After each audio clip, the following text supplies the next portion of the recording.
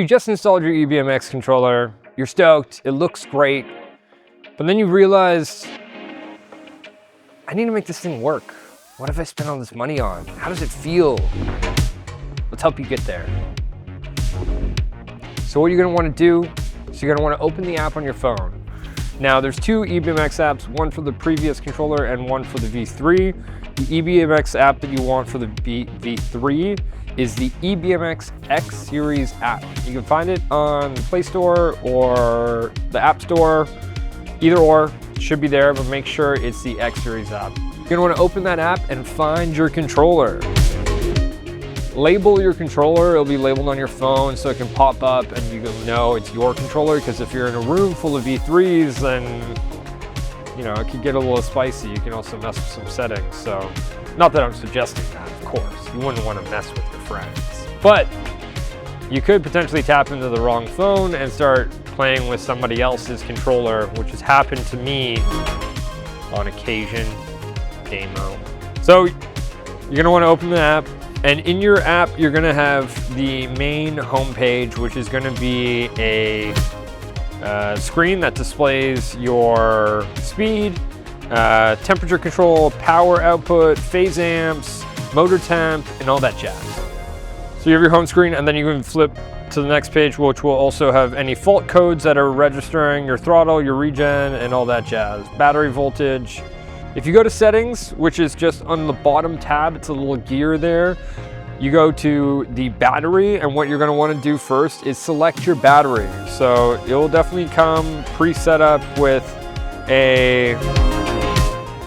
probably a light B or something like that. So you just wanna go up to battery series. For the Ultra, it's gonna be a 72 volt, so those are 20 S cells. And the bike model, or the battery model rather, is the Sur Ultra B.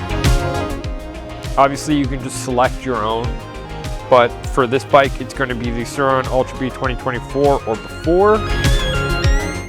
And it will also give you a phase amp current limit. I like setting mine up just underneath full, so you get as much power without, you know, having a risk of drawing it over. And but also, with that being said, the app is actually really great because it limits everything to the absolute limit of the controller. So don't be scared that by setting everything up to max, you're gonna push the boundaries of the controller. Should be good to go.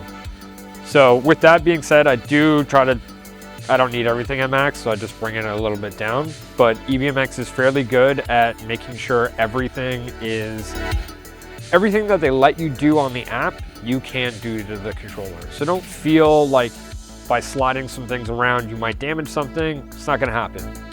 It's within the parameters that they're giving the public. The low battery mode, I like setting mine past 5. I don't like being shut down at like 20% and like being an eco. It's not fun.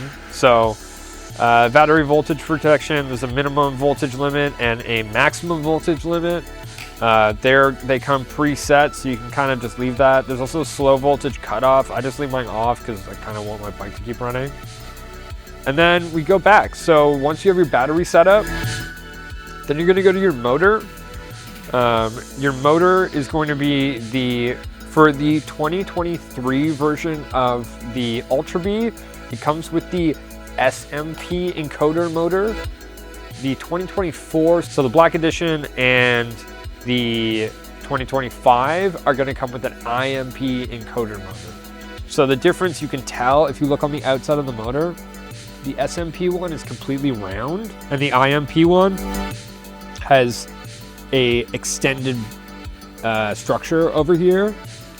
So you want to select the SMP encoder, you go down the list, Ultra B SMP encoder. Then you're going to want to calibrate the motor. You're going to want to calibrate the motor, and by also selecting invert PWM, it's just going to make the wheel rotate the right way. You're going to start, let it do its thing.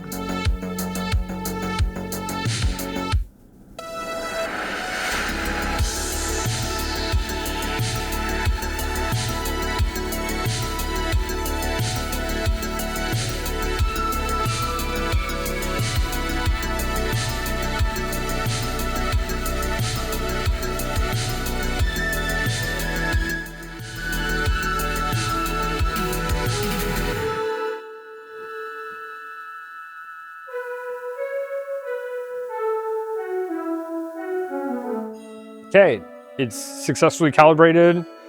You can also, now what you're gonna wanna do is go to here.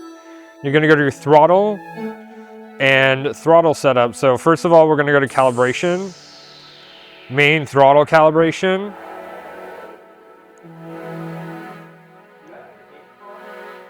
Start setup wizard, 4, 3, 2, 1. And then it's going to, what you're going to want to do is rotate your throttle, rock it back and forth for maximum voltage and minimum voltage. Just give it a couple rocks, back, forth, so it can register the top end and the low end of the throttle.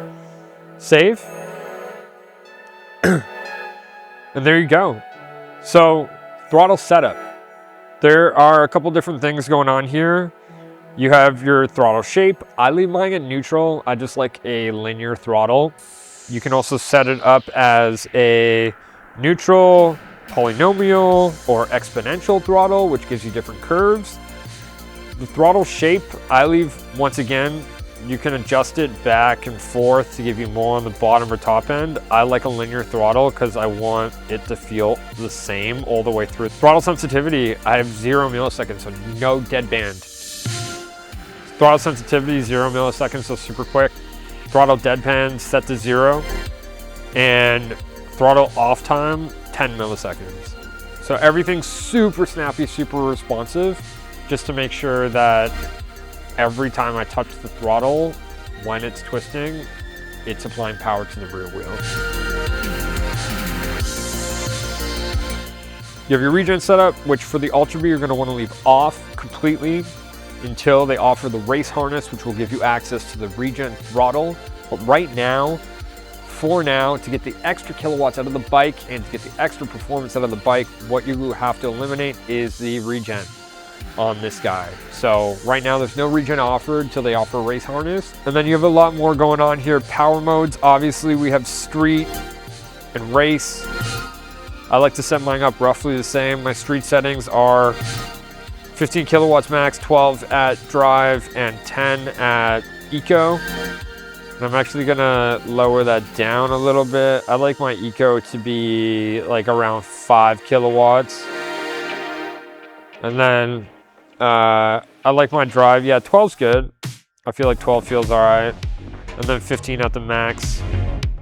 I don't really need that much when you're kind of wheeling. You don't really need a lot of power. And race should be the same for me. I only need 3 modes. I don't need 6. It's kind of ridiculous. So 12. And then 16. Yeah, I don't need.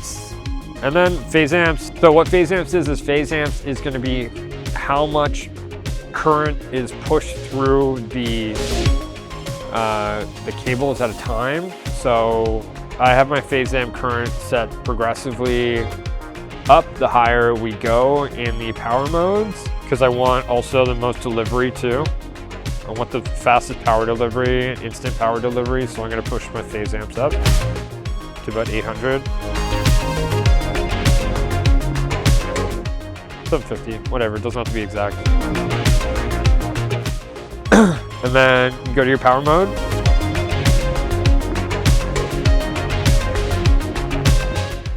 And hit that ready button.